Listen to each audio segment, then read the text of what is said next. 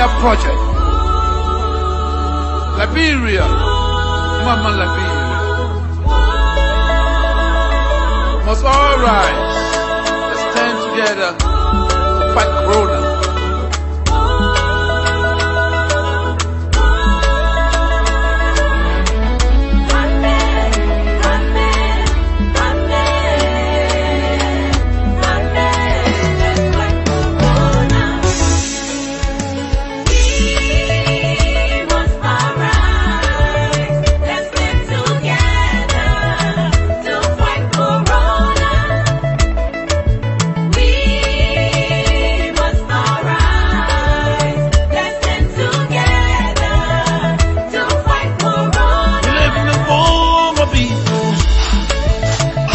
Uncertainty, no security, everything is possible. It could be your mama, your papa, brother and sister. Let's stand together to fight this deadly disease now. Walk on the wall we're living, for the uncertainty, no security, everything is possible. It could be your mother, your father, even your sister. Let's stand together to fight this deadly disease now. From Asia to Europe, Corona. Europe to America, Corona. America to Africa. Corona. Take precaution. Corona. Be safe. It could be your mama, your brother, sister, or father. Corona. Let's stand together. Corona. Mama Liberia. Corona. God bless Mama Liberia and the rest of the world. We must arise. Oh Lord, have mercy. Let's stand together to fight Corona.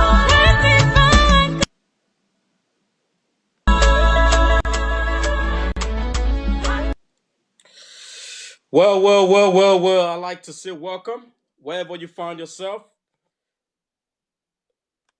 Let me welcome you to another edition of the Diaspora Talk here on KMTV. And I tell you, we are everywhere. That's why we are right here on KMTV. Liberia's number one. As a matter of fact, the president of Liberia's number one online television. You can beat it. And that's why we try to keep what we do alive. My name is Cyrus McGee. I'm here on this wonderful 22nd date of April, and my colleague Nathan Chaz is there in Kansas, Missouri. Let me bring a man smiling face on. He wants to see my smile. And a man propose smiling face. So together we are here, ready to bring you another wonderful. Another wonderful presentation here as we throw the spotlight on Liberia. As you know, our country is not away from what's happening in the world. The Ebola virus disease, commonly known as COVID-19, is ravaging our world, and Liberia is not an exception. More cases. Nathan, welcome. How is it? It's good. Frenchmen say comme ci, comme ça, not good, not bad. Hearing news from my beloved country, Liberia, from the United States and other parts of the world. And so Frenchmen say comme ci, comme ça. Yep. So on this day, I will ask you quick. We got a plate full, and on the lineup today, we have one guest that will be talking to us in most part of the show, and that guest is Liberia's Army Chief, Major General Prince C. Johnson III. He's the Chief of Staff of the Armed Forces of Liberia. As a matter of fact, General Johnson already joining us from Monrovia. The general is there, and I heard him saying, "My man, you're not supposed to be wearing that thing." General Johnson, welcome. Are you getting us? I think he's still trying to get his gadget in place. And General, are you getting us? General Johnson? Yes, Nathan. Uh, It what? seems that he's not getting me, so I have to go Okay. off and come back on so that he can probably get Okay, me. I see. You're Yeah. not getting me, right? Are you getting Cyrus? No, I can get you All right. Nathan, not So I Sarah. will have to go off and come Okay. back. But as I do that, Nathan, you will Okay. I have to can. run us quickly Yeah. through the numbers. So just make him understand that we are coming back shortly with him. Just let him remain in queue as he run us through the numbers. Okay, for you viewing, welcome to this special edition. We will be speaking to a big person in the armed forces of Liberia. But before we introduce him properly, let's give you highlights of corona updates around the world in our beloved country, Liberia. Corona cases, we have 2,621 cases around the world globally. And we have 182,989 deaths as a result of coronavirus around the world. Now, this is the big news. Those who have recovered so far, 741,319 persons have so far recovered from the coronavirus a pandemic that is ongoing in the world. Now, let's give you highlights of various countries. The United States of America is reporting new deaths of 1,453. Another country, Spain. Spain is also reporting new deaths of 435. Italy is reporting 437, while France is reporting 544 new deaths. And then let's go to Germany. Germany is also reporting new deaths, 125. While we come to the UK, the United Kingdom, it's reporting new deaths of 763. What a high number. Another country is China. China is not reporting any new deaths. They have total of 4,632 total deaths in the country, while the United States is high with total deaths of 46,700, followed by Italy of 25,000. So these are the two countries that are leading in terms of death in the world, something that is sad. Now let's go to Liberia. Liberia, our beloved country, is still grappling with this coronavirus. We have total deaths in Liberia that has been reported, 8 total deaths in Liberia. Now, number of cases, total cases from coronavirus in Liberia. Health authorities are reporting 101 total cases. I mean, those who have been found with coronavirus, 101. You have 8 deaths. That's the kind of situation, Cyrus, that is in Liberia. And we are still getting other information from Liberia. The virus is hitting other parts of the country. Sando County, Bon County, Montserrado, Margibi, Nimba. So we will discuss all of that when we All come right. back. Thanks for the update. General Johnson, are you getting me now? Yes, I'm getting you, Sarah. You're loud and Okay. clear. Let us officially welcome you to this platform. But Nathan has a surprise for you. You started a I'm challenge a, recently, and we saw you doing your thing, the 50 push-ups challenge, as you called it, aimed at kicking Ebola. Sorry, not Ebola, but Corona out of Mhm. Liberia, Ebola's big brother. So Nathan is challenging on behalf of this platform. Nathan wants to come up with a challenge. So Nathan, if you are ready, Hmm. Nathan is right there, and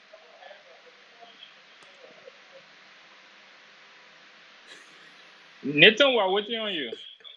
he's going on. Oh, he's going now. Oh,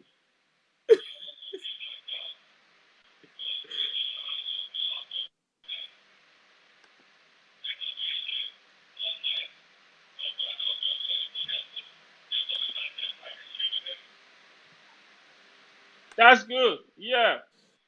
Good All right, boy. Nathan, I think we give it up for you. Good boy. Good boy. Good boy. Yeah. Good job. Good So job. the general is saying that's good, and he wants to make it to 50.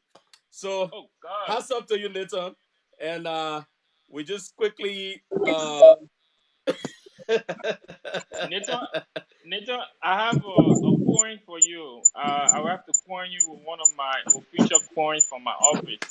wow. Oh, Yeah. So I thank think you. And, Good job. now and now I was Cyrus, hearing you. Yeah, quickly. I Sa- was Sa- just before you come in, Nathan. The general was in the background asking, Why are you guys wearing those shirts? So I think you Hmm. see, we are joining the fight from our corners, whatever way we can. And I think Nathan has just proved that to you that we are all in the fight together. Thanks for the challenge, and we hope others will also. And we You, you, challenge people, if you can do the you, push up you, and send us you the know, video, we'll play it on here. First the credit should go to Jermaine Jordan from the US. He actually invited me to this challenge. I don't want to take the credit.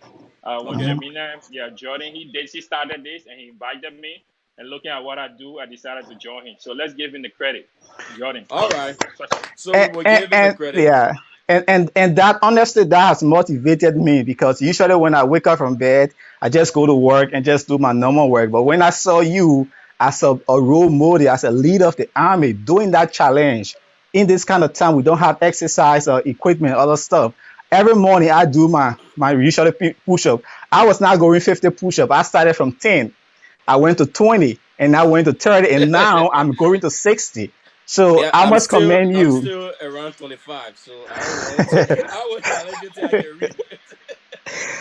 But Uh, General Johnson is wonderful having you, and like we asked you, we are going to be looking at the Army's effort during this time of the fight, and thanks to you for accepting to come on and talk to us on the effort by the Army as it relates to the coronavirus fight. So we will just give you a brief time to do an opening on what is it like having the Army okay. a part of this Okay. entire thing. Okay. As we all may know, there's a global pandemic that is around the world, and the armed forces of Liberia actually got involved in February when the health authority, that is the Ministry of Health, and the National Public Health Institute, MPhil, you keep hearing me saying MPhil, and the MOH, that is Ministry of Health.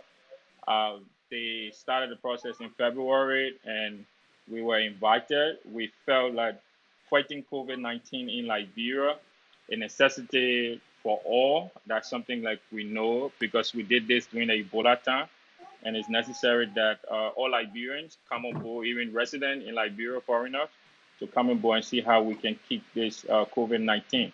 So in February, based on a request from the Ministry of Health and MPhil, and our own mission statement in the National Defense Act of 2008, Chapter 1, Section 2-3, Paragraph C. It states that we can provide support to civil authority when requested.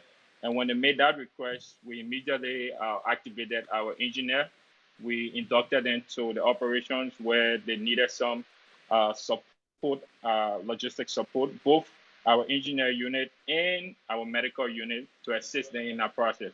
They requested to use our building, I would say building, the 14 military hospital building, because the hospital was at 95% completed, meaning that it was just the structure. Every hospital is the service.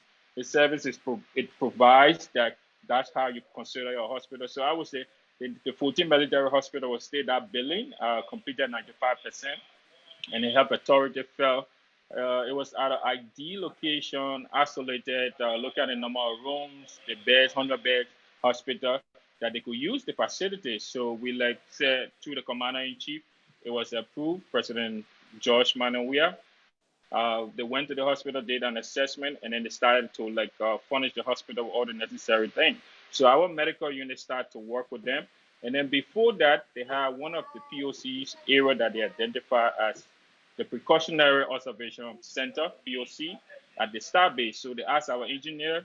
The engineer went there. Our engineer company went there, worked along with GSA and the Ministry of Health facility team to get that building. That was the old headquarters of the United Nations missions in Liberia. We renovated that and they started to use that with a couple of other hotels around. So what am I saying? How did we get into this fight, the fight against COVID, kicking COVID-19 out of Liberia?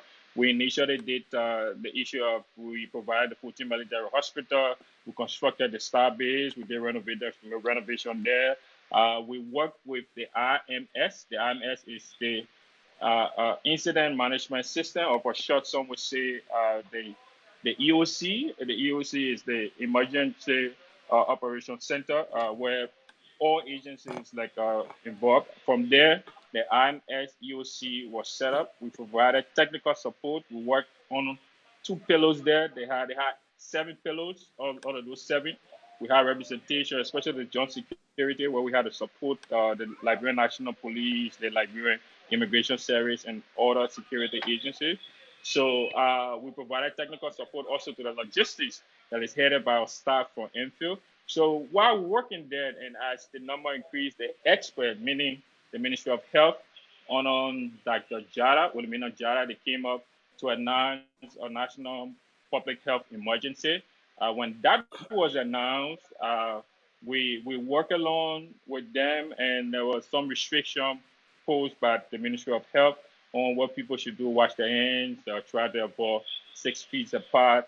And then on also too, we had the president who also came in, the commander in chief, looking at the number and the advice from the health experts or the health authority, decided to declare a state of emergency that took effect on the 11th of April, or 0000 hours on that April, which was last week Friday, week before last Friday. And we went on. We brought in the infantry guys, that is the land forces, and we had our own task was to support the joint security under the chairmanship of the Minister of Justice, Honorable Minister Musa Dean. As chair, our job, even under Article 85, when you bring in the military, especially the land forces guy, or what we call the infantry guys, we are still subject to civilian authority. So the president asked us to deploy and support the joint security. Being a part of the joint security, we had to support Chairman Honorable Minister Musa Dean. And we deploy a strategic location, especially the exit and entries of 4 major counties that the president requested that those counties, because of the numbers of those who were tested positive, to not to allow the movement, to restrict the migration from people in those counties, not to leave the counties, and not to allow people coming to those counties. So we had to deploy. We took over those strategic positions. We also worked with the joint security. We conducted patrols, that is mounted patrols in the vehicles, moving around. We are currently doing that. We also have a strategic checkpoints within what the police have necessary. They requested that we provide support. So currently, that's what we are doing. We are here as a support arm to the Ministry of Health. The Ministry of Health is the one driving this pandemic, and the best way we can keep this pandemic out is to listen to what the health experts will be saying and to contribute our own support. So we are just playing our mission. This is not the first time. We did it during 2014, 2015, the Ebola time, and we got the experience. We know how things went during the Ebola time, looking at a couple of the things, lesson learned from there. We don't want to repeat those things happened that was negative, but we took all those things that we did good, mainly after our after action review, and those are the things. That's why you see the way we are behaving and the way we are conducting ourselves. So, like we say, fighting COVID-19 in Liberia is necessity for all. The armed forces of Liberia, we are in it to support, and I know definitely like we did during the Ebola time, we will definitely do it now. Now let us So I hope look I at. give you a little introduction of what the armed forces of Liberia are doing. That's a good one indeed, and from what you've already talked about, we'll be looking at one or two things, and I would like to start with the medical aspect of it. Uh, 2014, the Ebola period, you never had what you have now, the military hospital, where we see a lot of focus has been placed. Uh, how prepared are your men at the military hospital as it relates to the medical aspect of this entire fight? General Johnson, are you getting me? Little, I don't know whether he might get you from your end. I think General Johnson. Yeah. Oh, my colleague Maybe Cyrus was I have asking you, how prepared is the military, looking from the aspect of the health situation? How prepared are you guys at that hospital? Do you have trained doctors, nurses to work at that 14 military hospital with the guys who are there? Like I said initially, Sarah, I'm not getting Cyrus, but I said the 14 military hospital was just a billing in the sense that we have completed 95%. Uh-huh. Our partners, our counterparts have asked things that would be needed for that hospital to be operational, and we have made those requests like to our U.S. counterpart, our Chinese counterpart, our ECOWAS and stuff. Where the hospital completed was just a billing. You were always hearing me was just a billing, and in the military, so we did not have that like the human resource to staff that office, that Mhm. hospital. We were looking, we're working in partnership with the Ministry of Health. So I would tell you, up to the time that we start to use the hospital as a convict, confirmed cases or suspected cases, and it was just a billing. Furniture, it was just because of the COVID that the Ministry of Health, through the Ministry of Health, government of Liberia, they were able to furnish, put beds, put TV, put internet, the issue of generators to start running. So that is it. Initially, no, it was just a billing. That's why we did not open the hospital. We expected to open this hospital in July. That was going to receive all the furniture, the equipment to start to run the hospital. But before, because of this Ebola, the hospital, I will tell you, I mean, because of COVID-19, the hospital was not prepared as a COVID-19 hospital. It is now the Ministry of Health have have transitioned that billing to a COVID-19 hospital. So do you have trained doctors and nurses in the army that are working with nurses and doctors, civilian nurses and doctors at the 14 military? Oh yes, currently we have surveillance nurses and doctors who are working along with Dr. Jerry Brown. He's the case manager. He's actually running the hospital. The guy, a doctor there who is the administrator from the Ministry of Health that is working because of this COVID-19. And we have our medical doctor there who is Major Kowo. He work along with him with our nurses, our PAs, and our lab technicians who are working with them currently running the COVID-19 14 military hospital. All right. So with the activities so far, I know there are a lot of cases that might be coming in and out. Are you getting me right now? Yes, I'm getting Cyrus. Okay. I know that there are a lot of cases that might be coming in and out as it relates to the protection of those who work at that facility. What can you speak to? I will tell you our medical team that is currently working, even be in February, as far back as February, January, when this thing started, we in the military talked to our counterpart. We started like meeting the US government. We started to get a couple of training on how to conduct ourselves, how the medic will conduct themselves just in case we get into these operations. And when we got into it, the Ministry of Health also provided training for my doctors, the nurses, the PAs, the lab technicians that are currently working at that hospital with the Ministry of Health and MPhil.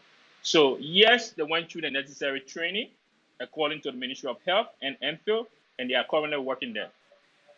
So apart from the COVID-19 activities, what are other things that are done there at the 14, or you just only focusing on this period of the fight? For now, it's just for COVID 19. Initially, before COVID came about, we thought the hospital is built like an H, Hmm. meaning it has full section, like the letter H. It has full section. So I'm not a medical expert, but I will tell you the strategic plan we have for that hospital was to have the women ward, children ward, have also the male ward, and it was divided in section like surgical rooms, all these things that a busy hospital can run. The Hmm. template is like it's up to 10 years to have it equivalent like some of the 37 hospital in Ghana. We have projected in our strategic plan to have that between like now to like 10, 15 years, we'll reach to like a hospital at the level that it will be a referral hospital that people can come to and will be able to take care of our guys and the public at large. So that was the vision. That's the vision we still have. But because of COVID-19, there are some changes they have made to the hospital, especially I will tell you when, the hospital is under my command. They have added what they call the Dolphin. The Dolphin is a place like where you have the confirmed cases when they bring the people, those doctors that get into that ward to talk or treat the confirmed cases. When they get out, where to wash them, like do all the wash up, and take all the stuff. It's called a dolphin. The medical people say dolphin. So they also added it. They are also thinking about adding we also got a triage there. We built something like a temporary triage. So now I will speak for what the hospital is providing. The hospital is currently providing for COVID-19 confirmed cases. That is what it's built for now. And with the virus and what they say about the virus, there's nothing else we're providing that beside that COVID-19. But the right person that can speak on specifically what is happening in our hospital, I would tell you, is the technical people, especially Dr. Jerry Brown, who is the case manager. And if I have my medical doctor, he will be specific in telling you this. But I know the hospital is currently restricted to COVID-19. And there are some changes they try to make to fit of COVID-19. Worldwide, I don't know which country can ever tell you that they were prepared for this pandemic. I don't know. Nobody. So people are still getting even to understand what this virus is all about. People are still researching. You see a lot of things. People come and say this, people come and say this. Things are changing. And I saw that during the Ebola time. So I know as time goes by, definitely we'll get to understand this virus. And for now, that 14 military hospital is restricted to just COVID-19 operation of confirmed cases there. And it's placed now under the Ministry of Health and MPhil to use that facility. All right. I know, Nathan, you want to come in? I'm concerned. I've been seeing you doing some distribution around humanitarian gesture. Can you elaborate on that? I saw you in a few other counties. The AFL, that is. Are you getting Nathan, General Johnson? No, I'm not. He said of recent, the armed forces of Liberia been involved with some distribution around the country. You care to speak to that? Actually, what we did, what we're doing, our transportation section have been supporting the COVID-19 operation. So we are taking the testing kits that came through the Chinese billionaire to Jack Ma. We've been transporting it from the airport and other donation from WHO, I think from the CDC. So we also attach our transportation unit. I don't know specifically when you say around the country, what he's talking about. I can't throw light. And like I said, we also have our guys on our maritime domain. So we have the Liberian Coast Guard and the Liberian Immigration Service who are protecting our waters. As you may know, the state of emergency also restricted people now who are coming in because a lot of people will notice because our number in other West African countries, their number so high. So people start to commute on the water using the big fountain canoes and stuff. So we also have our Coast Guard also protecting the waters with the Liberian Immigration Service, not to allow intruders. If anybody coming, we'll be able to get them, take them, they will go through the health protocols. So have we had any one of your colleagues, your soldiers falling prey to coronavirus? I think that's when you have to go off and come back on. Yes, yeah. I think He was asking whether there have been any soldier falling prey to the virus so far since the entire thing. Knock on wood. So far, nothing. We hope none of our guys will get it. We hope that I would tell because you, we understand that if our reports are true, that up to 23 doctors are in this number of the cases reported so far. So I think that's where his concern stems from. No, whether so far none.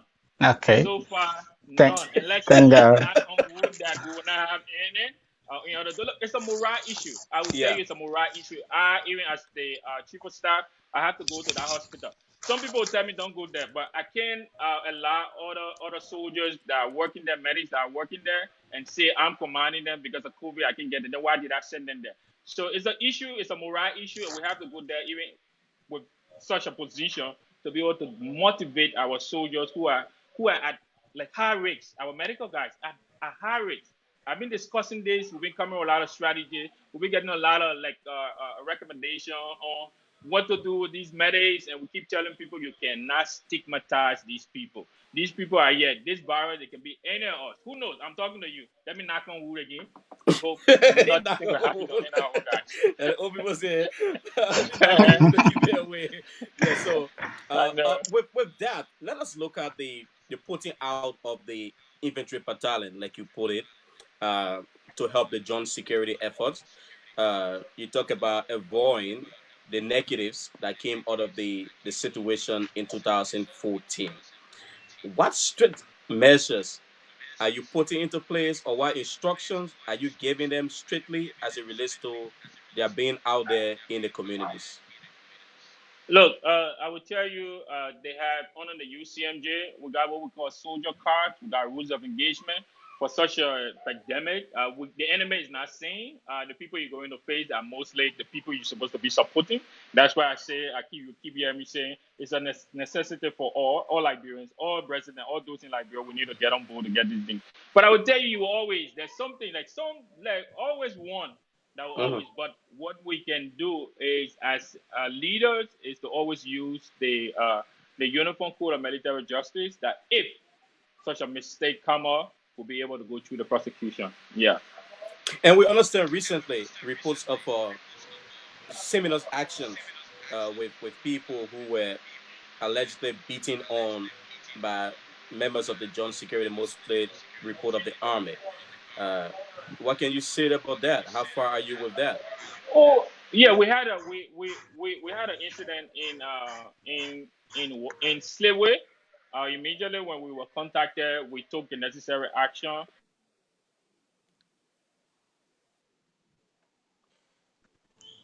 Hello. Oh my goodness. Later we kind of lost General Johnson. I think his device is freezing on us. So General Johnson, you can please just try to rejoin us from your end. And he was trying to respond to the report of the military allegedly manhandling some civilians during the lockdown period, and that is very important. Yes, and just for our viewers, just keep your comments coming. We are seeing them from David Yates, Janga, Piro. So keep your comments coming. We will ask the general these questions that you are sending to us, and let's discuss the issue in a very civic manner. So that's the situation. We are discussing armed forces of Liberia, their involvement in the fight against coronavirus in Liberia. Go ahead, General Johnson. Yes, I think I'm back. So, like I said, like I was explaining concerning your question on the issue about some soldiers violating uh, some of the regulations issued then. Yes, we had a case in Slipway. Currently, what we did, we withdrew the commander there, and we took them. They are currently on ongoing investigation. We had another situation allegedly in the Matadi area, and we definitely pick up the guys through the Liberian National Police. So again, all we are telling the public, our guys are there. But in case like anything you find out, please don't hesitate to bring the complaint to the Ministry of Defense, where the Armed Forces of Liberia is, and we will definitely look into it and see. We will not entertain any indiscipline. At the same time, like we are warning our civilians to like, please. There are some people that are going around wearing military uniform. You will always see our name tag on us. You will see the insignia. We expect you to look out to determine because we arrested two guys who are not part of the armed forces of Liberia who was involved. So we are telling him during this state of emergency, please. We know there is no law that says you're not supposed to wear like military camouflage or something. But when you put the insignia on it, for this time, we want to make an appeal to them, please. Let's stay away from wearing those uniforms, not to get people confused in there. So there are a lot of things. We expect the public come. We are a force for good. We are citizen soldier. We are here because of you. So please don't hesitate to come and lodge the complaint if you find out any of our personnel, and we'll definitely go through the investigation. Yeah. So Nathan, there are some comments that are rolling on. I'm not. I'm not hearing. Uh, Uh, okay. Are you okay. hearing Yeah. me? Okay, Yes. Yes. Okay. he's hearing me Okay. and Nadia Cyrus. So we are getting comments from our viewers concerning, but you just addressed one of that, the AFL situation. And so keep your comments coming. We are in conversation with General Prince Johnson. And we have Winifred is watching, James Waywell, David Yates, So Peter Massaquoi. So all of these people are watching us, and we will be asking your questions as you post them to General Johnson. So we are discussing the armed forces of Liberia and coronavirus fight in Liberia. Cyrus, Yeah. Are you getting me now, General? Oh yes, I'm getting you, sorry. Go ahead. Okay, I think I just got thrown off, but Nathan just talked about that. We were looking at some of the comments coming from our viewers, so that we don't just limit it to us on here, but we can take some of the questions that are coming, and one of those you just addressed, as it relates to the soldiers' alleged actions, and I think you clearly stated that they've been investigated. Now, with the community and the army's relation, how do you think this coronavirus period can further strengthen such? Because people get to see the army in their communities, uh, their fears. We rarely see military personnel, like we see the police, immigration, and others. So, how do you think this period is going to mend the relationship between, or build that relationship between the army and the various communities? We have already started our civic duty. That is military, civil military duties. We almost all the exit in towns. Like I will tell you, one of the towns that my guys went in, and when they got there, they the first thing who they went for was the local leaders. They identified the chief imams. They identified the youth leader. They went to the paramount chief. They contacted them and told them, look, we are here to help you. We are here to enforce government regulations or the health protocols on these national public health emergency. We are here to work with you. So please, while we are here, please cooperate with us and listen to us before you pass. Please wash your hands. Make sure you do this thing. So I was surprised. The first thing they after that they went on a duty, and one of the guys reported a town chief went and took a goat and decided to bring it, and he met the guys on the gate, and he decided to give the goat a cattle to one of the soldiers. Say it's for you guys, and the soldiers told him right away, we are not allowed to receive gifts. In order for us to receive gifts, it got to go through the chain of command. Meaning you have to report it to the commander. Commander got to send it up, and it got to come to me. And you know our people, they get offended, especially our old people, when they give you gifts and They feel that you you want to rejected the violate the gift. tradition. But what we were trying to do, it is look, the old armed forces of Liberia, we're all aware that some people are still traumatized because of what they experienced during our civil war. We don't blame those people. Everywhere I go to, like, talk to young people and like speaking engagements, that's the first thing I say.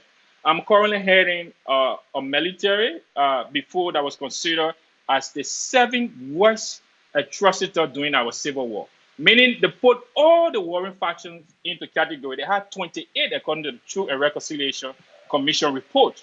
That report says that the armed forces of Liberia were number 7. They said the MPFL was number 1. Next to the MPA, they had the law forces. Next to them, they had the Liberian Peace Council. And all are in 28 warring factions. And today, I had a force that a lot of people like fell victim of what the force did. But we are here to tell you all those things are past. We are not transitioning this force to become a force of good, a force that today that is accepted by the United Nations to be in peacekeeping in Mali. Mali, South Sudan, and Sudan. 3 countries. And we have representation in other countries, ECOWAS, Sierra Leone, other places. So this is the kind of army we try to build, a force for good that will be well respected out there. And not to just say, international organizations have conducted so many surveys, research in Liberia, and the armed forces of Liberia always came number 1 as the best institution in government, as the best security force in government. Just recently, Namoti, a youth group headed by Eddie Jaulo, 2 times. Afrobarometer is an international organization, research organization. They did the research, and today the people getting the respect. So we don't tell soldiers to go give commerce and go and beat. No, that is not possible. That is not possible that we tell the soldiers to go and beat. Even one thing I know about our soldiers now, they've been trained to. It's no more that thing, obey, obey, obey. No. We always say obey legal orders, obey legal orders, oh, so obey legal orders. you It is have not just changed that. obey. There's a difference between legal and illegal orders. So soldiers get there, what we say, yes, you always find 1 and 2. You will always find that John Smith, that Snoopy, that will always want to deviate from his task. For every time we identify such people, what we have to do is to investigate them and allow the Uniform Code of Military Justice to prevail. That is what we do. So on the issue of people saying that no soldier were ever given any or sailor to say go out there and beat the people. No, how you think we will win? But you put ratting in the hands. You give them switches and rattings. You give it to them. So that's a clear sign of the go. Hey, go and beat the guys. Someone will say. Are you getting it on General Johnson? No, I'm not getting it on. They don't have to come out. Like you have just he was saying that despite the fact that you are not out there to beat, but your soldiers are carrying whips that we call it in Liberia ratting. What are they doing with this? So people see you were ratted and know exactly that what you are up to. Look, let me tell you something. The approach ratting is a non-lethal instrument. A non-lethal instrument for those who will want to violate. And especially you have to talk to them, like we say, warning. It is in the soldier handbook. So let people get to understand, look, it's more of a deterrent. Nobody will tell you soldier, say, the first thing you will not find a soldier. Anybody you see with ratting, meaning that's somebody who decided to challenge authority. If you are not challenging authority, it's a non-lethal approach. When I say non-lethal approach, all the things that people carry in an instrument, they are not to go there to kill up people or beat people. No. It's all there as a deterrent. You know, people don't understand security. You know what I tell a lot of my politicians, some of the politicians in Liberia, and some people in Liberia, the fact of the matter, they have not interacted with a military for so long because they always had international forces in this country. Check for 1990. Only left for year 2016. They always had that. So many don't understand the rudiments, how the military should work and how to work. I'll give you one classical example. You know why some countries invest into getting nuclear weapon? It's more of a deterrent. They're not going to use it. So when you see like the issue of ratting or oh my goodness. General Johnson is freezing out again. So yes, he was talking about the ratting as a deterrent. That is something to scare you away. But it is not something that they are carrying to physically use, but he described it as a non-lethal.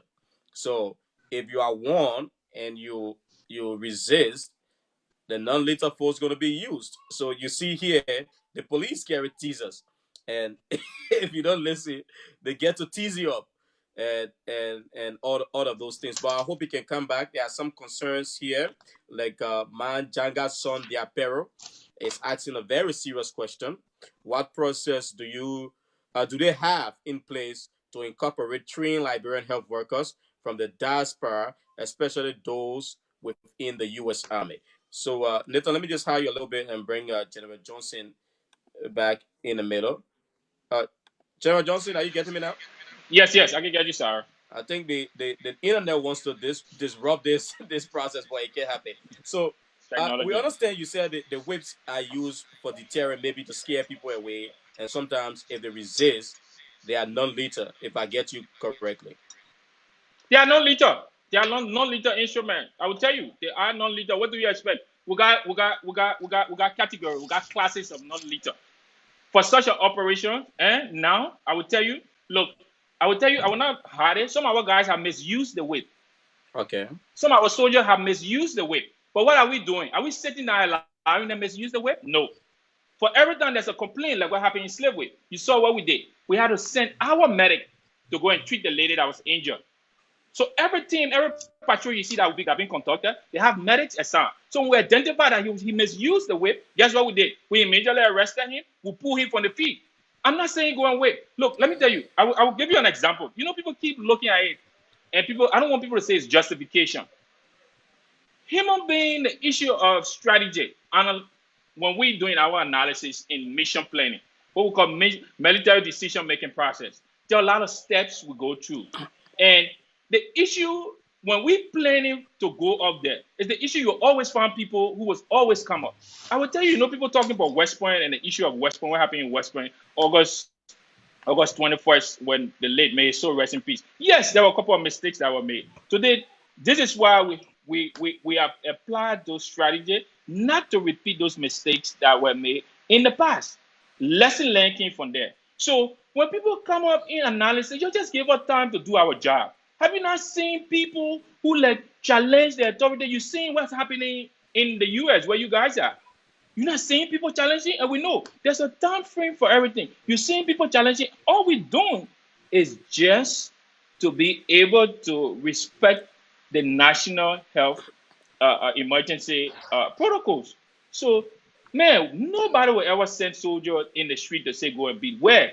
Ask the soldier. No soldier will ever give him any instruction to get in the street to whip Now, anybody. General Johnson, how do you feel in yourself when you've put into place all of these measures? And we know that, like you put it, there will always be one or two people that will be that bad apple. When you get these reports, after all of these measures have been put into place, how do you feel within yourself, especially talking about how well you want this army to appear to the world? Man, like I said, all we go by is with a document. There's a book called the Uniform Code of Military Justice. There's a rules of engagement in such an operation. Every operation order, I will repeat, every operation order we draft, there's a rules of engagement. There's a time when necessary to use non-lethal instrument. It's the fact, like most of the people you find. Look, the Liberian people, they don't want the people don't want to spread. I'm talking about when they are used unnecessarily. That's the UCMJ. How do you feel within yourself? What feeling do you get? Oh gosh, like so how do I feel as a commander? It's a reflection on the folks. And the best thing we can do, it is the willpower of the leadership to be able to have them face the law. And the law we use, it is the Uniform Code of Military Justice. We no more have the armies where when soldier commit an act, you just send him somewhere else and say you can't find him. No. Discipline is the hallmark. How do I feel? It is a reflection on me as a leader. But the willpower to be able to see how we can use the law to investigate is crucial to every institution. You will always find, like we always say in the military, there's always that 5%. And that 5%, we got to find the rotten apple to see how we can weed them out. Get it out. That's what we're doing. Yeah. Here is this question coming from one of our viewers, Man Janga's son Diapero. You know, our name ain't getting too much there. I know. Man Janga's son is asking, what process do they have in place to incorporate trained Liberian health workers from the diaspora, especially those within the U.S. Army? Maybe your Liberian brothers that are serving out here who have experience. What process do you have in getting them to help your army? Well, I've spoken to a lot of the guys. Most time when I'm in Washington, D.C., New York places, I meet a couple of them and we talk. And I always tell them, anytime you're ready to come back, we're looking forward to receive you. We're looking forward to tap on your expertise. We're looking forward to tap on your knowledge. Today, I'm occupying this job because I've gone to almost all the best military schools in the U.S. So it's because of the U.S. military that today I occupy this position to serve as chief of staff. So I would never look down, especially we are looking forward that anytime they want to come, please contact me. I will give you my email, my telephone number, Cyrus, and they want to, you can find me. Just email me, tell me your expertise, and we'll definitely, let me tell you, we're looking for engineers. We're looking for medical doctors. I would tell you, there are a lot of things that have come for us when it comes to the United Nations mission. We have had offers to serve at New York. We have had offers to go as in Sudan. We have had offers, and we have military staff officers occupying those positions in the area. The problem we're going to have, even our female, we are low on females. So today we are even encouraging more females to even come in. We're coming to that. We're coming to that. I know all your questions. Now you're trying to jump ahead. But we will hold you right there and take a very, very quick break. When we come back, we'll look at your missions out of Liberia, the recruiting of females, like you're already going ahead of us, and other issues that will come out. But stick and stay. Major General Prince C. Johnson III, friends. He's the Chief of Staff of the Armed Forces of Liberia. He's our guest on this edition of the Diaspora Talk with Nathan Charles and Cyrus McGee. Let's take this very quick break. We'll be right back. Looking for a quality and affordable insurance company? Then look no further. Peter Massaco Insurance, located in central New Jersey, is one of the best around. Peter Massaco Insurance specializes in homeowners insurance, auto insurance, life insurance, business insurance, and many more. We even offer a free financial planning consultation. We partner with over 20 top-rated companies to make sure we provide affordable prices to our clients. We have a full bilingual staff to fit your needs as well.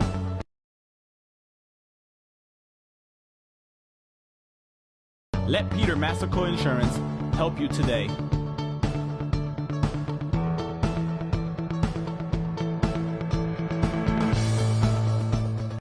Are you traveling and looking for the best of deals in air tickets?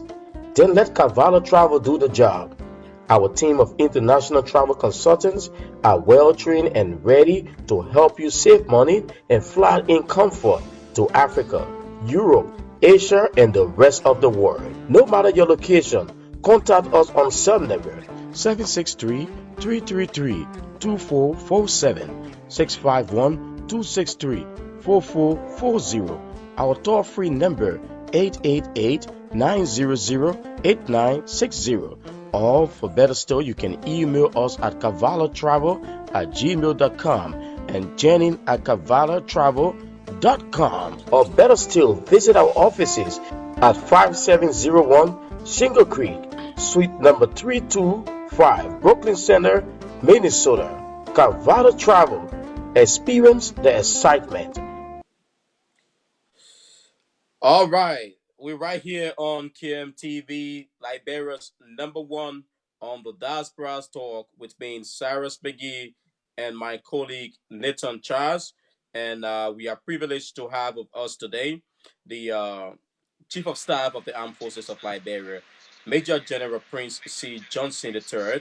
And we are looking at the Army's effort during this coronavirus period. As you know, it is ravaging the world by storm, and Liberia is of no exception. Let me say welcome back to you, General Johnson. And Yes, thank you.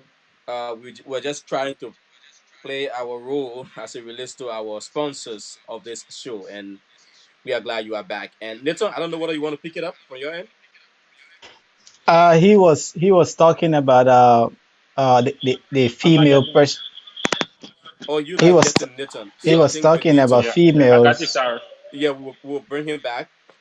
You were talking about the females' presence in the army just before we went off, but I'd like to start up with you as it relates to the experience of the army serving out of Liberia. And I followed closely just before leaving from Liberia when the first batch of guys went over to Mali. Everybody felt that, oh, this was a different time for the army. As a matter of fact, just before the team left, we had a game, the president of Liberia versus the AFL at the SQD. And your guys left out for Mali. Since then, you've had a taste of serving out of your country, especially after our civil crisis. What can you say about that experience with your guys? I would tell you so far it's been rewarding. As you know, there's a global war on terrorism. Today, we are in Mali because of the former president and currently the commander in chief, whose strategic objective was to like go there and see how we can stop the advance. Terrorism has crossed the Sahara and keep coming south. In West Africa, it's in Mali. It's a bit spreading. A couple of countries in Mali there, Burkina Faso. We're hearing a lot of news there, and a couple of other countries coming down. So the need to have the armed forces of Liberia going there and getting the experience and working alongside with ECOWAS and other countries, other international countries, it's rewarding. That if, like we said, we're not going to have that. We will be prepared to be able to handle whatever situation. But we are in Mali with a mission to restore peace, law, and order in that country, based on the United Nations mandate in Mali. So we have benefited a lot. We've been there since 2013. We started as a platoon, and now we have a company. And as I speak to you, the UN is like pushing us to even double that number. So What's the hopefully number so by far? I will tell you we got a company plus now. That's the right way to say it. I don't want to compromise. I don't What want to what constitutes compromise. your company? We don't know that Go and do your research. We'll cut.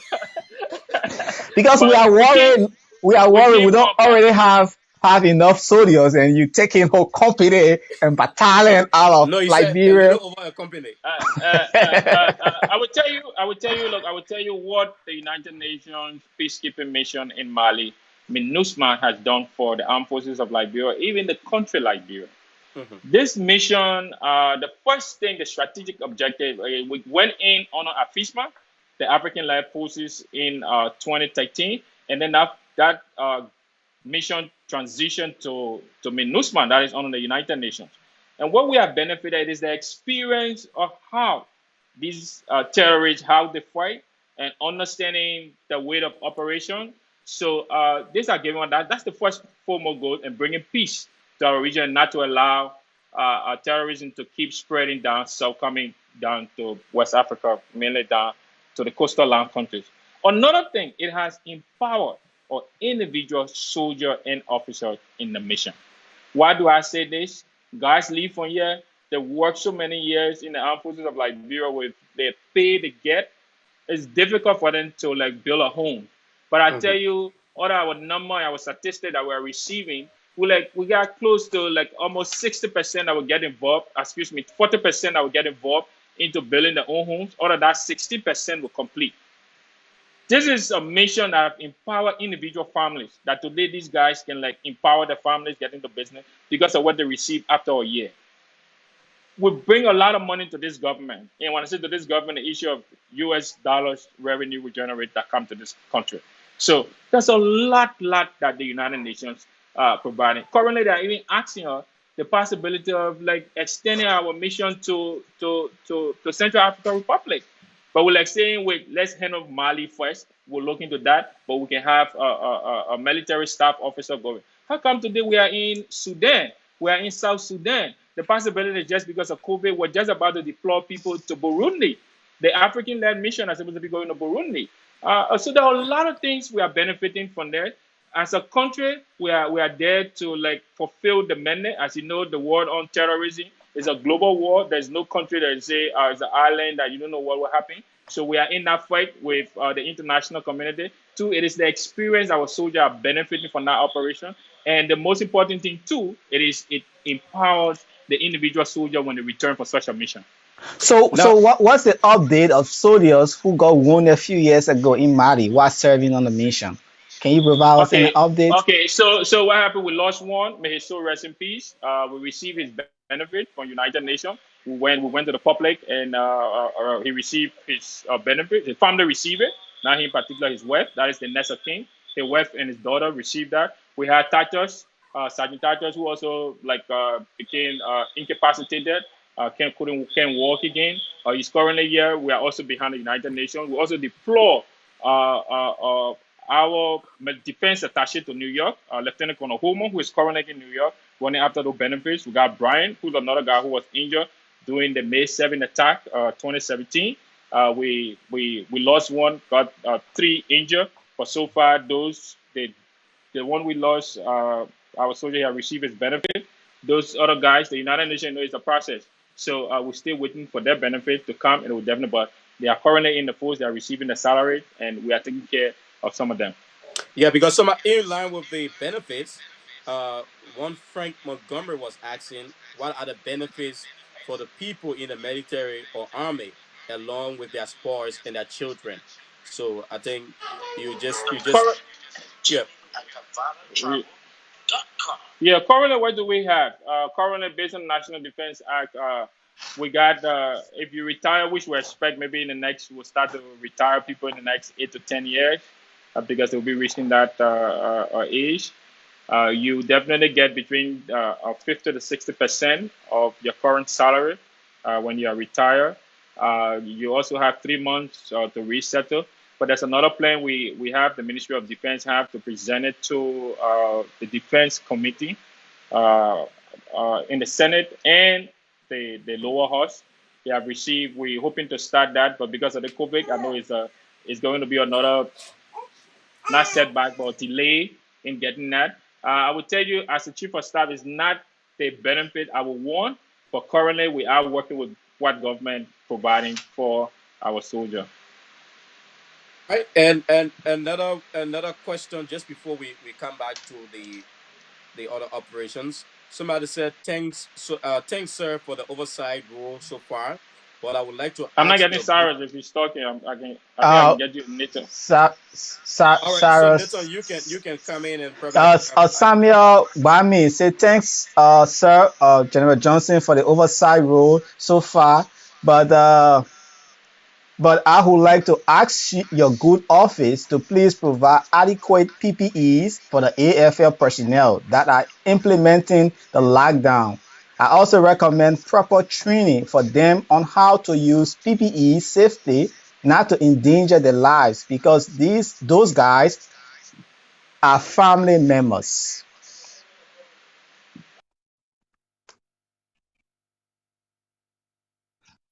Yes, you can tell Samuel we're working on that. One of the first thing we did, we got a couple of our guys who are tailors. We talked to them. They have made. I hope I could like get my camouflage mask, face mask Nice. protection. So we have that for our soldiers.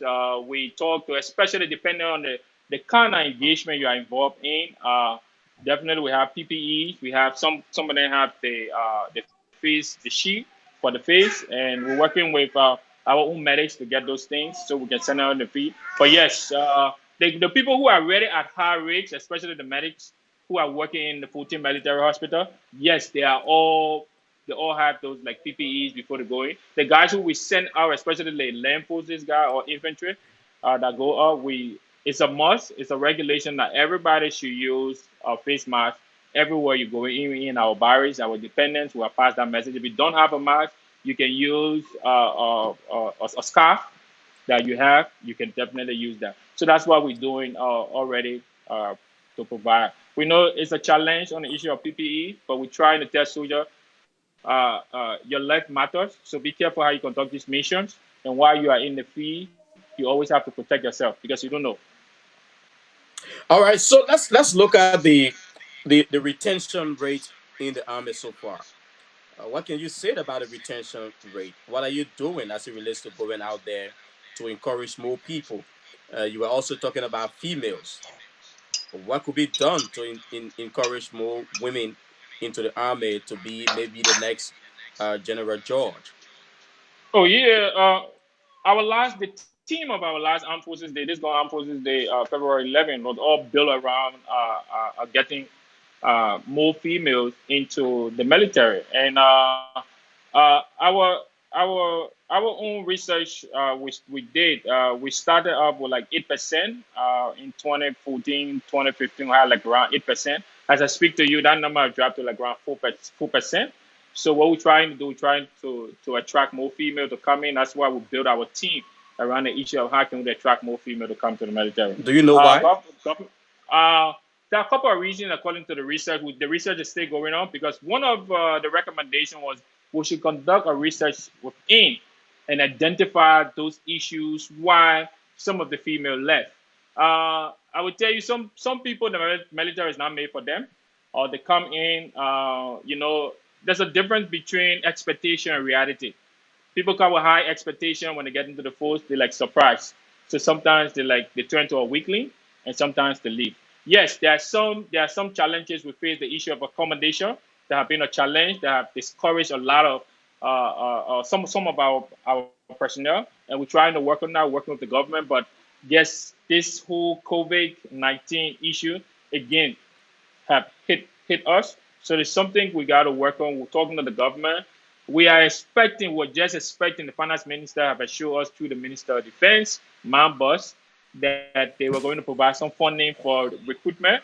And we started the process, like all our committees have started working, looking at the areas to identify and to begin the process of the recruitment and vetting. But again, I know with this new budget line, I think that they have to go revisit the issue of the budget based on what Where you can be the placed, one what we can we be still taken talking, away. and we will see what will happen. But we should have started.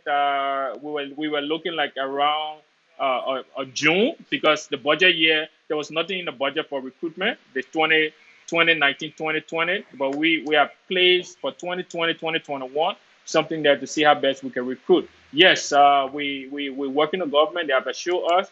We will hope and pray that definitely, as we move, they will not touch that budget line item. That when things should have Knock the wood, knock subsided, the wood. yeah, I know. When things should have subsided and COVID-19 is like kicked out, we'll definitely be able to get those interested Liberians to be able to come. And female, our focus is going to place on female, but we're not going to reduce the standard. There are a lot of people asking, why can't we look towards reducing the standard just to get more female? And we said no. We don't want anybody. If General George, my deputy chief of staff, can do it, we believe that any female definitely can do the same that she did. So if you come in, what we Why call you like listen? doing. You literally expected her probably at the No, initial stage. she's my coursemate. She's tough.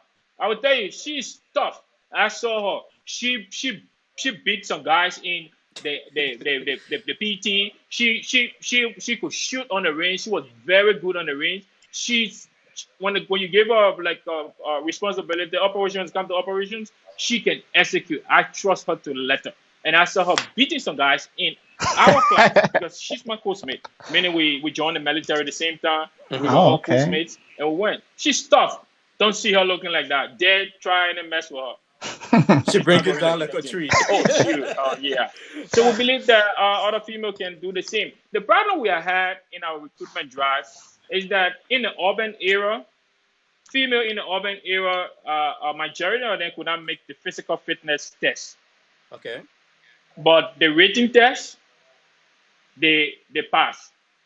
For those in the Leeward counties and other area, they could make the physical fitness, but mentally, when it comes to the issue of the rating test, they were failing. So what we're going to do before the recruitment drive of female, we're going to have like a class where we'll tell interested females to come. We will organize a pre boot camp, a pre physical fitness, but that will not give you automatic pass to come, but just to prepare you physically. And then in the rural area, we will go there and administer the test, like tell the people what to expect for the test, just to make it a balance, because we do regional recruitment. We got like Monserrado, we go Western Liberia, Tottenburg, we leave from there, we go Eastern, Southeastern, Grand Jida, Zweju, we go Harper, we go Nima County. So all the areas that we have people to come. So we have a balance and we have more female that will come in. Yeah, All right. because I see. because Yeah, Nathan. Just before, I think he's still on this point.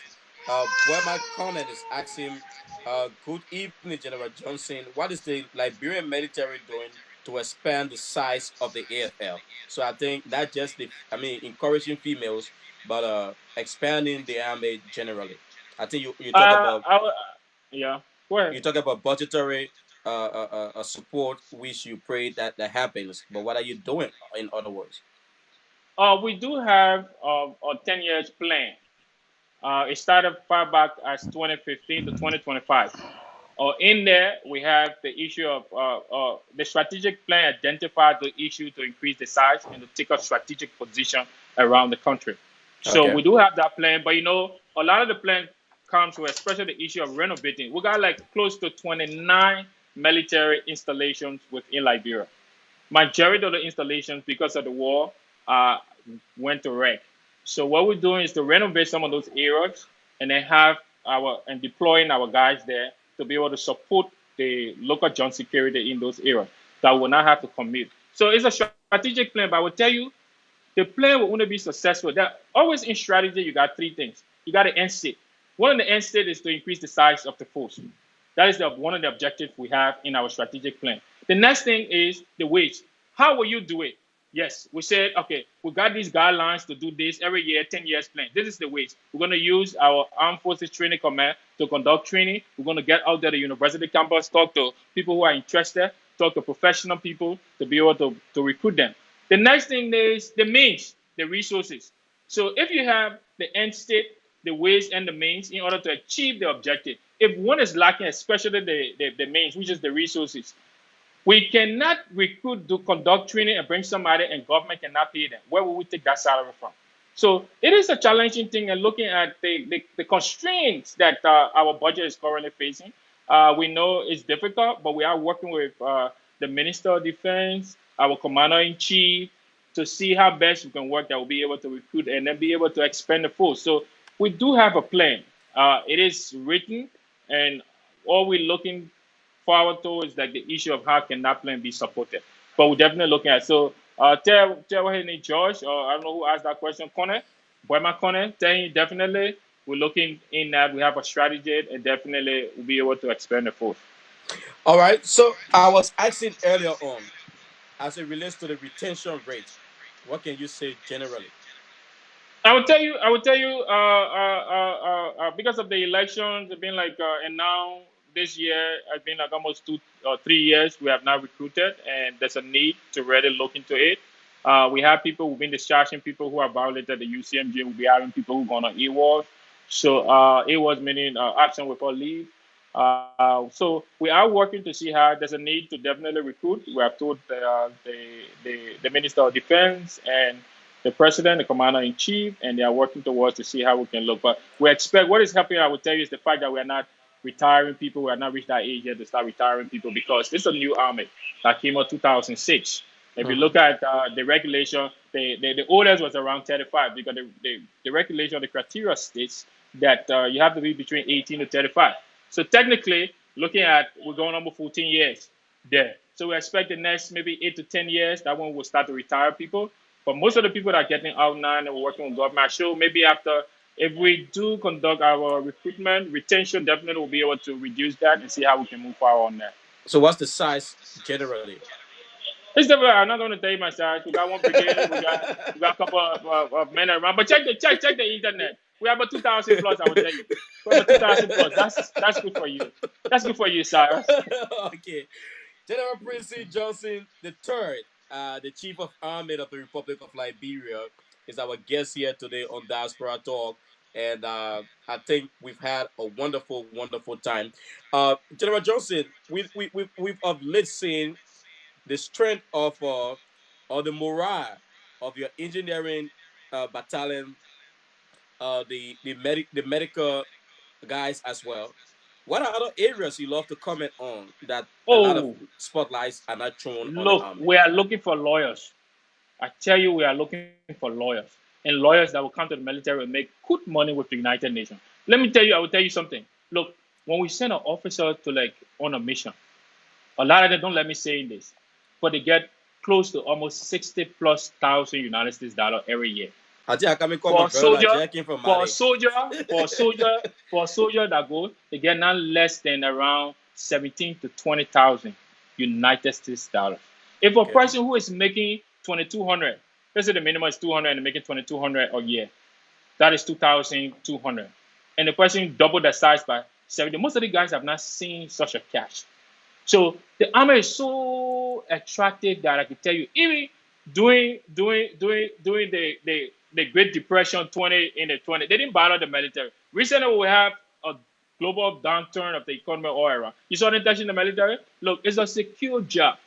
You come to the military, even after this thing, those 22,000 jobs that keep increasing, unemployment rate in the U.S. and other places, I tell you, it will not affect the military.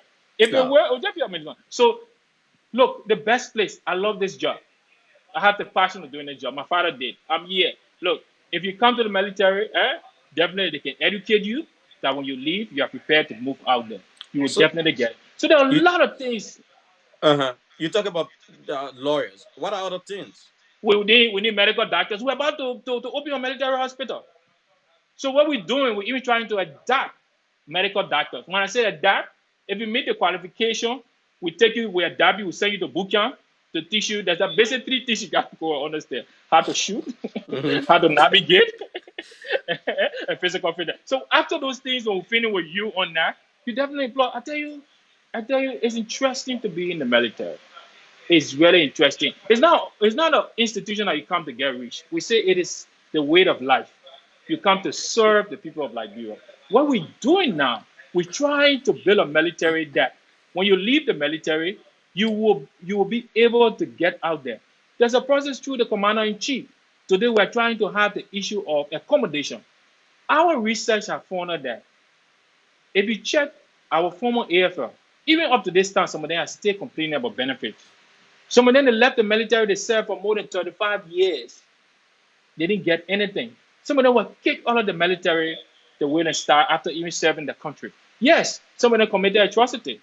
But the fact of the matter, only this new military, we don't want our soldier after serving 25 or 30 years that you will leave. We're trying to create that avenue that before you leave, you have a home. Because what is killing a lot of people, you don't see much old people in Liberia because we have not created safety net. Meaning after people should have served public service, they leave. I believe that's a way that we can reduce corruption if we identify safety net for our public officials. In that when they leave, like some countries, they will have a home, they will have medical care, and they will be able to survive even after. But a lot of Liberians after public service die because what? When they leave, they give them a pension of half of the pay or even one-fourth of the pay. And that man doesn't even have a home. He have to go pay rent. He gets frustrated and he dies. Today, we are working up avenue that our soldiers creating that enabling environment that after you serve the army between 25 to 30 years, you have the opportunity to own a home. That when you leave, you'll be in that home. That's a safety net. You will have medical, meaning when the hospital is completed, those retirees, those veterans, they will have the means that even if they go into the hospital, they will have to pay little or nothing because they should have said they are serving public service. Those are the kind of things creating that enabling environment that when people leave, they will not keep complaining. The issue of the self-government and they just leave, they can't even get the money, they can't get the benefit. This is an issue that Liberians we need to address. How to identify a safety net for our public officials that when they leave, they will have somewhere to lay their head, they will have somewhere to go for medical, and they will continuously receive the benefits. That's something we need to look, and that's why we are working on in the military. Today, you go to the shopping, there's a big land that through a housing authority, we're trying to work, that our soldiers will have the opportunity, like the estate houses they got around other areas, like other estate houses, that will have the opportunity of owning their own homes. That when they leave, they will not just serve the country 25, 30 years and don't have anything. So those are things that we're working at to attract people to be able to stay. But it's a process. It's not just going to happen. You don't even know what I will be here when it happens. Somebody else could be there, but we got to set that strategic document that even if anybody should come after me, they will have to follow what they have there. They don't have to take it, but they have to follow it. And I love the army. I like the way the army operates. It's a centralized command. Command come straight from above, get down. So it's a two-way to and fro, but that is how the military works. And discipline is the hallmark. And I didn't hear you talk much about the Air Force. I know there were two young Liberians, one of whom is my childhood friend, Dr. Salif, who show up the morale of the Liberian Army from the Nigerian Defense Academy. What are you doing to encourage other people into the Air Force? Is the coordination still there with the Nigerian Defense Academy? Where are we with this? Oh, definitely. Those guys came back, they graduated, and currently even one got caught up in Egypt who went for some training because they had to close the airport and he's there in training. We're talking to a couple of our counterparts, the U.S. government, the German government. There's a German private, I will not say the German government, but an institution in Germany that want to help them to go in and advance the pilot training. According to the National Defense Act of 2008, there's a section that says the Air Reconnaissance Unit, the air wing of the Armed Forces of Liberia. Currently, we have two pilots. Last time we were in Ghana, we talked to the Ghanaians because we have a memorandum of understanding with Ghana. They are trying to set up our entire air wing, how we're going to set up, come up like small. You got to crawl, walk before you run. So at the crawl stage, they're trying to put all the mechanism together that we have to start that. The Ghanaian chief of staff recently in Liberia will talk about that. I know COVID-19 is a setback, but we know definitely we're going to achieve that objective and to work forward on that. So we are working on it. The commander-in-chief is in support of it. He's working. We've been talking about seeing how we can get a Cessna aircraft or the Beechcraft, to begin with. That will be able to do maritime patrol, be able to drive people to and fro. So we got a plan. We got a strategic objective on the issue of that air wing, how to establish it. The problem is resources, money. I know, Nathan. I know you want to come in. We're almost out of time. I know we gotta let General Johnson go, but if you still want to come in, probably you can get some of the comments that are rolling on there from your end. Yes, man, Are you Janga. getting Nathan? No, not Hello, getting General it. Johnson. Oh my God, Again. Nathan, we have to kick you out and bring you back. He will be back. He was trying to get some of the comments from our viewers on here, and we hope we can get him right back and and do this as due diligence to those who follow us regularly on the program. Nathan, you are back. Yeah, I think Yes, you can hear me now, General Johnson. yes, Yes. I'm hearing Nathan. yes. You are speaking to a few issues. I just wanted to bring you back. One is this recruitment. Because I know in the U.S. Army, they encourage people to go into the army. They sell the army what the army offer, and they also give you some prep ups like go and study tests and stuff like that. So your army need to look into that too, because a lot of people want to get into the army, but if you just come with a blind test, blind physical fitness test, then it deprives most people. Another issue is the benefits.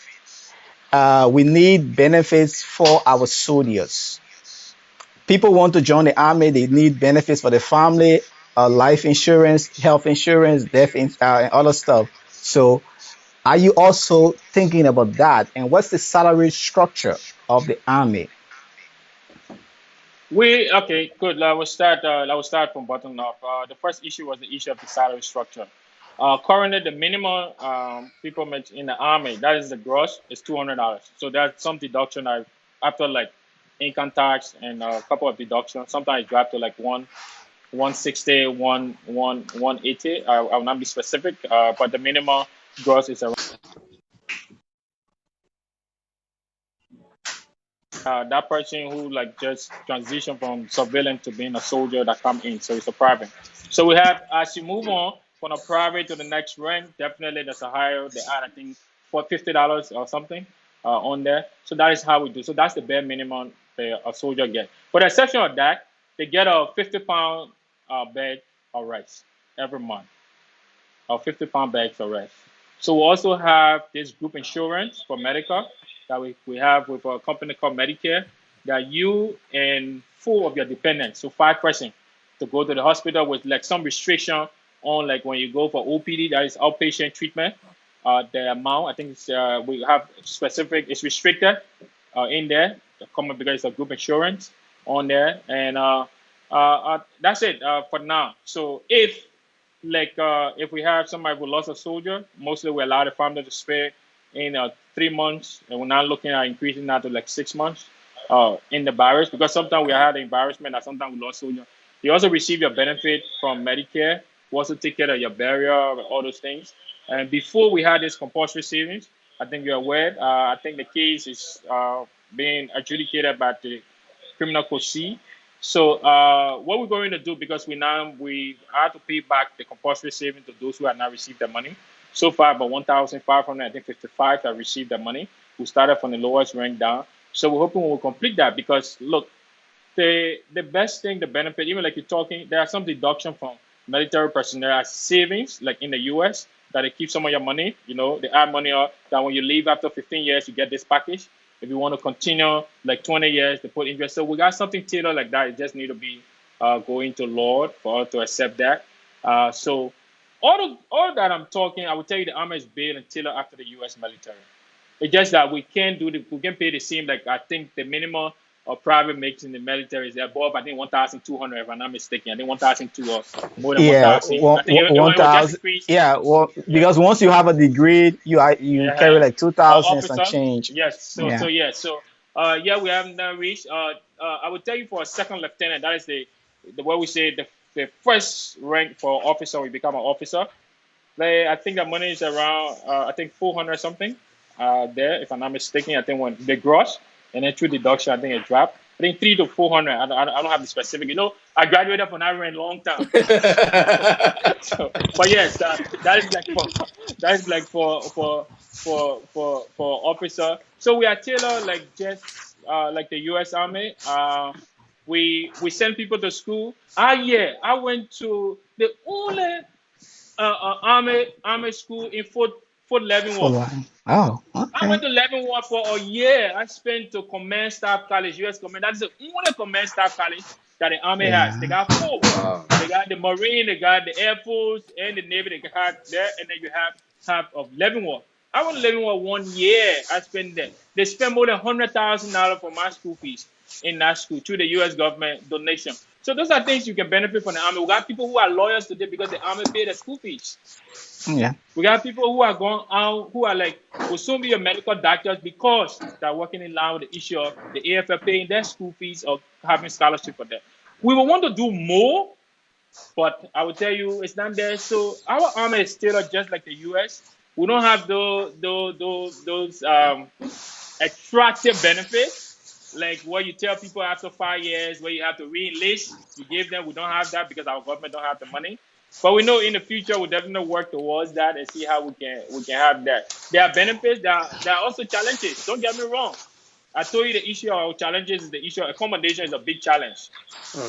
We still have a couple of our soldiers who are sharing like apartments, and that's a challenge. And so good that the Commander-in-Chief through the Minister of Defense, they are all working on that to see how best we can mitigate that issue when it comes to like living quarters. Because like you were talking about recruitment, the research has shown that for every one person you recruit, you're recruiting additional 5. So technically there are 6. And then you recruit a soldier, guess what? That man will have, depending on his age, that man will have not less than 2 kids. That 2 kids, as soon as they hear the men are graduating in the Army, guess what will happen? One of his siblings will send their children to go stay with him. And see right there, plus feed that food. The next thing, one of his parents will say, oh, the man go and say the papa retired, the woman retired, will come in our barracks and can't live. Now 5 right there, making himself 6. So research has shown that, according to latest, that every Liberian or household in Liberia is around 6. So for every individual you recruit, you got to find a partner, and accommodation is a big issue. But the president, thank God, we have such a president that is interested in the working of the armed forces of Liberia, and he's doing his best through budgetary support to the Minister of Defense, that we have been supported to see how best we can mitigate some of the challenges. This one of our viewers, Marilyn Joa, she wants to know from you, General. She's saying that can your Army do more awareness on social distancing in marketplaces as well? So we have started that, not because you're not seeing it. Like I told you, you rather will see our effect, especially at the exits. We are currently, most of the counties that they have to stay, the 4 counties that they have to stay on, that people shouldn't leave, that where we are. We are going in these villages and talking to these people. You don't see us in Monrovia passing around because we are not within Monrovia. What we're doing in Monrovia is just the conduct. I agree. The only way, I believe, one of the instruments that we used during the Ebola was public awareness. I'll give you an example in Baketu. In Baketu, where Ebola started, it was an imam who helped us to find the home that people had dead bodies in. It was the local leaders. You need the community. You need awareness. And I tell you, I've sat in meetings that I'm not privileged to say here with senior level government officials. They are thinking in that drive, and definitely we need awareness, community outreach, and all these things are very crucial. We hope we'll be able to continue. For us to get there, we hope we'll get some money in Monrovia for you to see with the big law, but we'll leave that with Ministry of Information, with Ministry of Gender. They are on that. But those areas that we are talking to the people and creating the awareness. And one of the guys told me normally you have a meeting with the town chief and they discuss the issue on people in the town. He explained to them, give their experience. So we are doing it, man. We'll try our best. And let me just share this. I saw a video on social media, Facebook, and your soldiers went into a community and some girls were on the sidewalk. They was like, are you guys Liberians? Uncle AFL, are you guys Liberians? Oh yeah, the AFL looking so fine, man. Hey, yeah. And that movie, that saying alone touched my heart. Oh, the other guy said, yes, we are AFL. We are from the armed forces of Liberia. Oh yeah, they're speaking Liberian English. Oh yeah, I thought I was. So that's some of the prestige. Man. Yes. I admire. This uniform got morale. So I think I coming back to join the army. I think you're gonna have you. A journalist army. And my colleague, one of my colleagues, Soko Salib, we grew up together, and Ghana. and I see how the army has transformed his life. So Yeah. I can attest to that. That dude is in Ghana at the Command Staff College, what they call Gap C. When he gets out, he will be getting a master's degree when he come back. Wow, It's all because of the military. wow. That's And he's from because a of the poor, military. he's from a very poor family. I know that for And sure. he's making like Yeah. today. I don't want to get into his personal life, but I know he'll be able to talk to you and tell you how far. He Yeah. worked with me as deputy logistics at the headquarters, so I know him well. All right. Oh, I okay. also saw you getting me, General Johnson. Are you getting me? Oh, General whatever. Johnson, are you getting I Cyrus? think he's trying to get back on. Are you No, there? Cyrus, maybe I don't want. Maybe they just don't want me to take his question. That's all.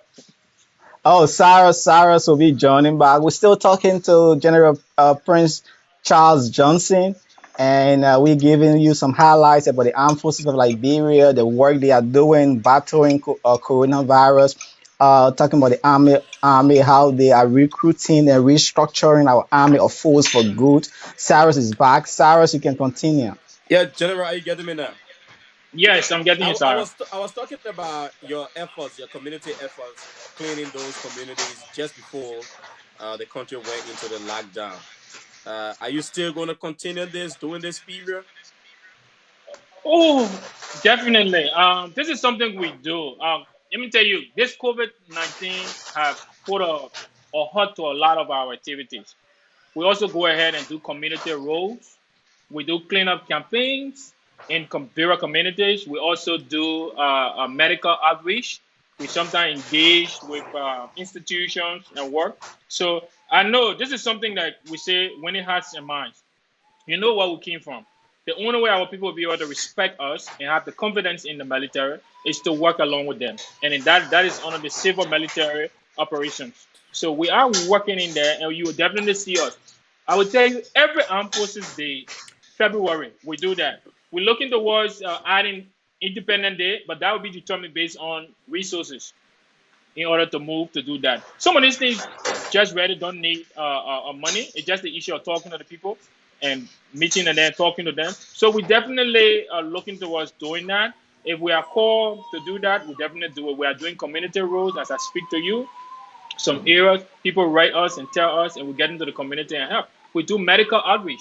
We get the communities. It's just like it's not in Monrovia. You know, I would tell you, there are a lot of people outside Monrovia that need this assistance. And we go there. The last time we were in Kakata. There's a town far off Kakata that we went to that people who have not seen military personnel. And we had to engage the people, carry medicine, drugs for them, supply them. Even we did another one in Carisburg, just regular Carisburg. There are some people that need for basic drugs that can't get it. And what we do, we buy them and get to these communities to work. But now I will tell you, our focus is on supporting the COVID-19 in Liberia to keep COVID-19 out of Liberia. And that is our focus now. At the same time, if we have the opportunity to get in doing cleanup campaign, we'll definitely do it. All right. I think we've exhausted a lot. Little, except you have any other thing you want to bring, I think we can start to wrap it up. Except you have something else, Little. Oh, yes. So what are some challenges? We heard about budgetary constraint. What are others? I told you about the accommodation. Okay. Logistics is a challenge. Logistics is a challenge in that we got our fleets. We need to do like maintenance, like getting new fleets. As you may be aware, we are transitioning the force to more of motorized, like bringing armor personnel carrier in. We already have so much through our U.S. counterpart. We'll be receiving support, especially in our UN mission. Uh, those are medical, like the issue we want our hospital to be fully operational. We're working with government that we have that. It's an issue. So there are a couple of issues, but thank God that the commander in chief is listening and he's trying to see how we can mitigate some of the challenges I just spoke about. All right, people. I think there you have it. Major General Prince C. Johnson III, a young army chief indeed. General Johnson, on behalf of the team, let me again say thanks for accepting. Most often, we invite public officials out here. They will kind of Yeah. beat around, they don't want to. But I can say for sure, when we extended you the invitation, you told us you were coming, and you did. And we hope that as we go about in our countries, fight against the coronavirus. When there is anything you want to let the public know, feel free to contact this network. The team on ground in Liberia can also follow your activities. I'm sure the CEO, Ronald Jackson, and the rest of the team are waiting to feel free to extend the invitation to us as well. We can do what we can because we all want to see an army that will be full of morale, that somebody will say, yes, I want to go to the armed forces. Yeah. Like you put it, after the war, there were a lot of memories left.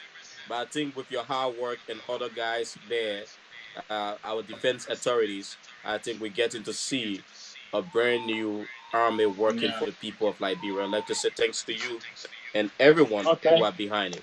I mean, is there anything So you'd like to I think say this, to your yeah, viewers? Finally, yeah, if there yeah. is Okay, to anything, close. Yeah. Okay, yeah. To say, I want to thank commend the Commander in Chief, the Minister of Defense, General retired Zianga, to the headquarters, member and staff of the Armed Forces of Liberia. I will tell you, I'm just supervising.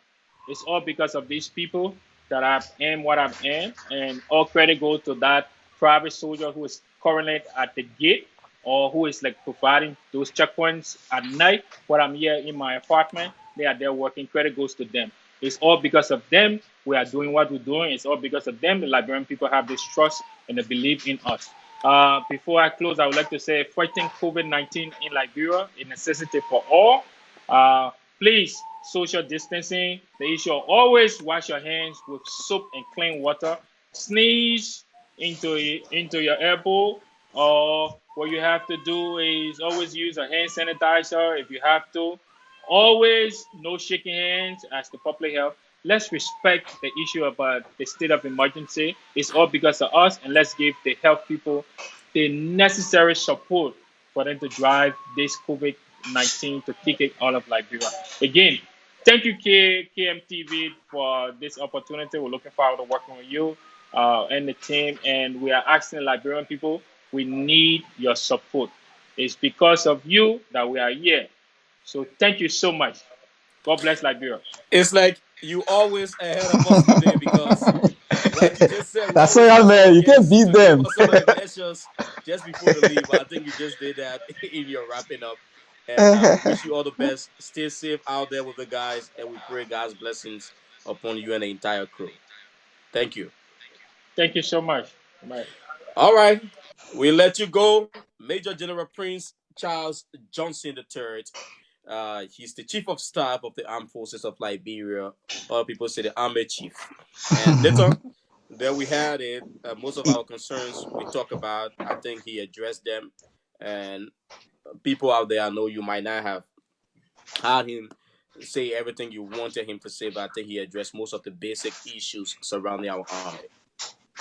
Yes, exactly. And he provided us some information, the workings of the armed forces of Liberia, what they are engaged into. He also clarified some myth and some rumors that the army were giving strict instruction to go and whip or we say flog people in the streets. He also said no. You see, ratting or switch in the army hands, they are just lethal weapons. They're just there to frighten you, but they are not to be used. The command structure is taking punitive action against army personnel who are violating the Uniform Justice Code.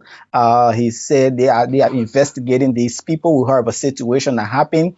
He said they are rebranding the army. He talked about the 14 military hospital. What they are doing there, they have surveillance staff and army personnel who are also working to combat COVID-19 from Liberia.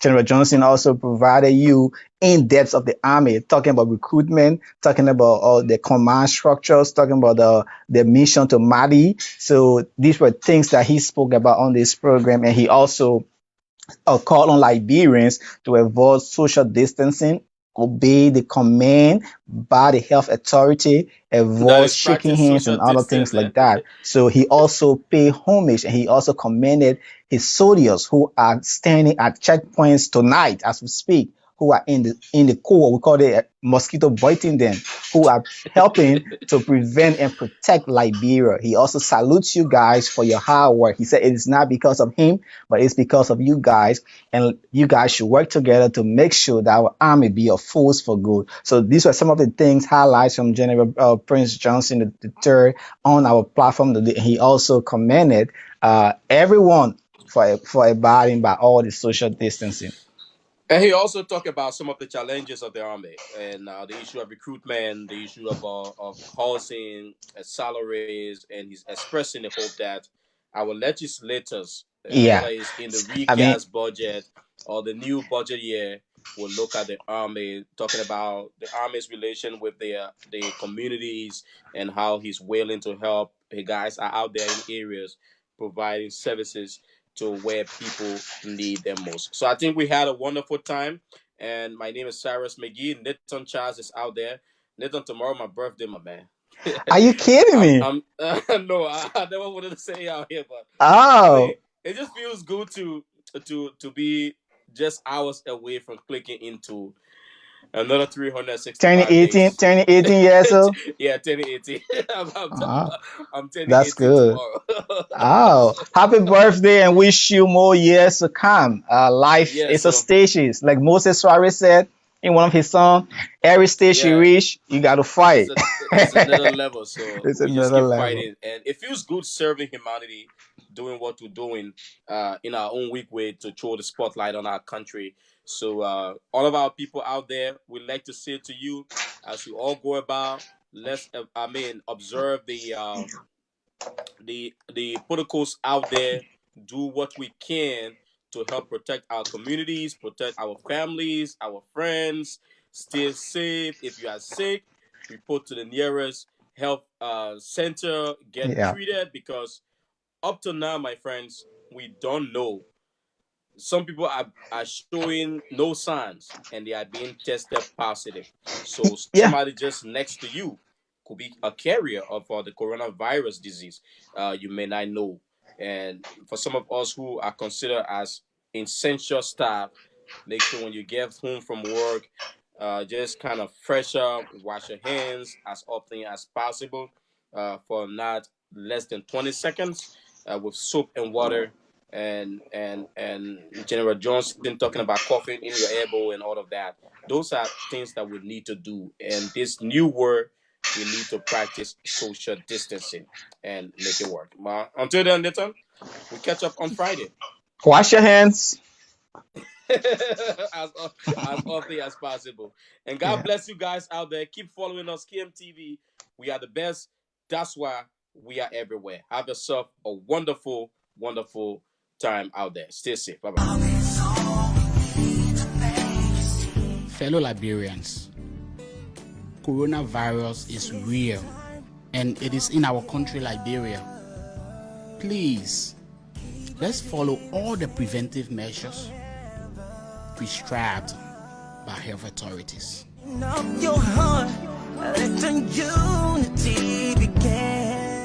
Remember to always wash your hands with soap and water frequently. Let's cultivate one another. Please do not shake hands. Learn to live together as brothers and sisters. Stay safe. Without togetherness, we won't have. If you are sick, go to the nearest hospital or clinic. And have a peaceful. Save lives. Wear or face masks when sick or caring for sick people. It's our home. Avoid crowded areas and don't shake hands. This is the one and only home. Spread the message, not the virus.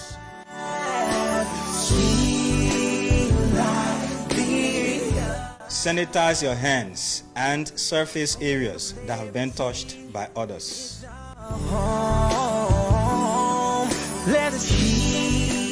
Please use your elbow when you are sneezing.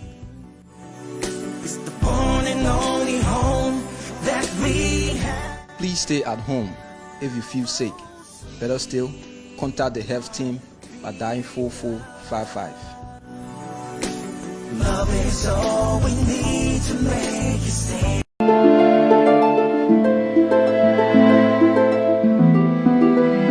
At Orange, we know that technology cannot replace people. But at this time, we will do everything we can to bring you together. No matter how far apart, we bring you closer.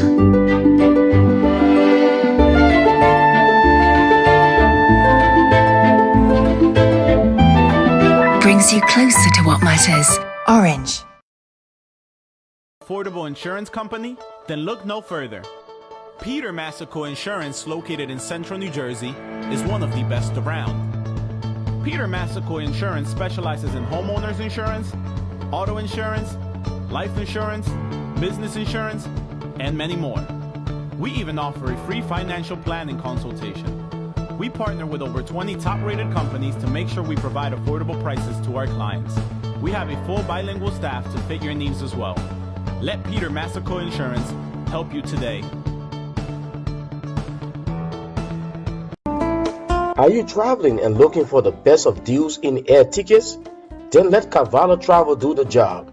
Our team of international travel consultants are well trained and ready to help you save money and fly in comfort to Africa, Europe, Asia, and the rest of the world. No matter your location, contact us on cell number 763-333-2447, 651-263-4440.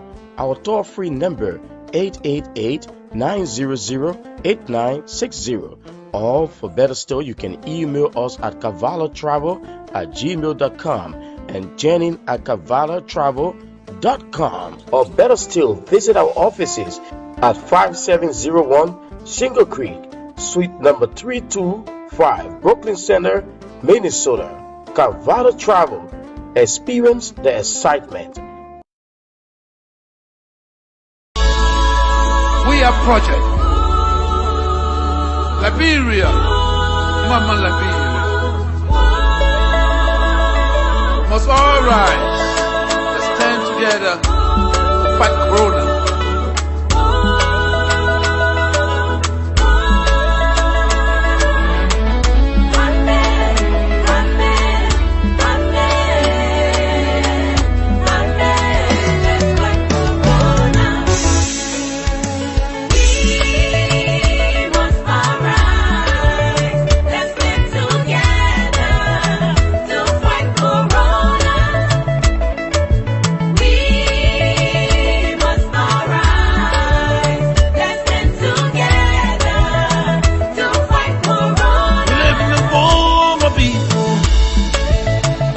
Uncertainty, no security, everything is possible.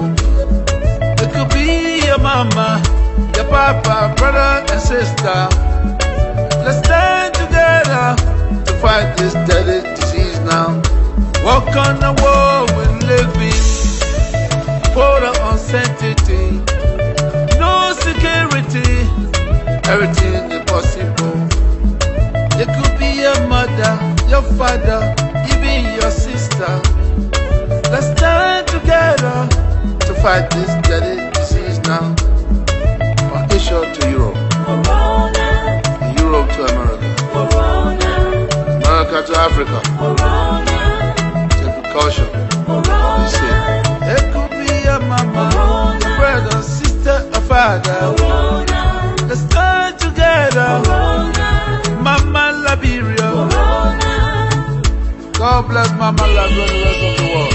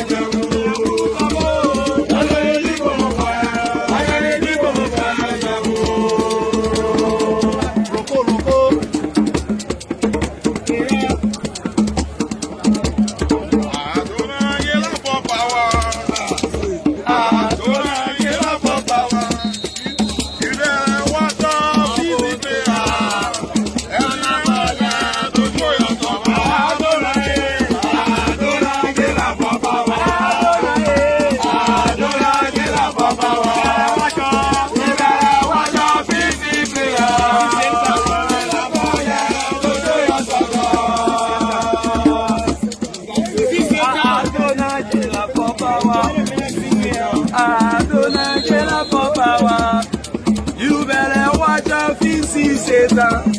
Praise Allah for you, to show yourself.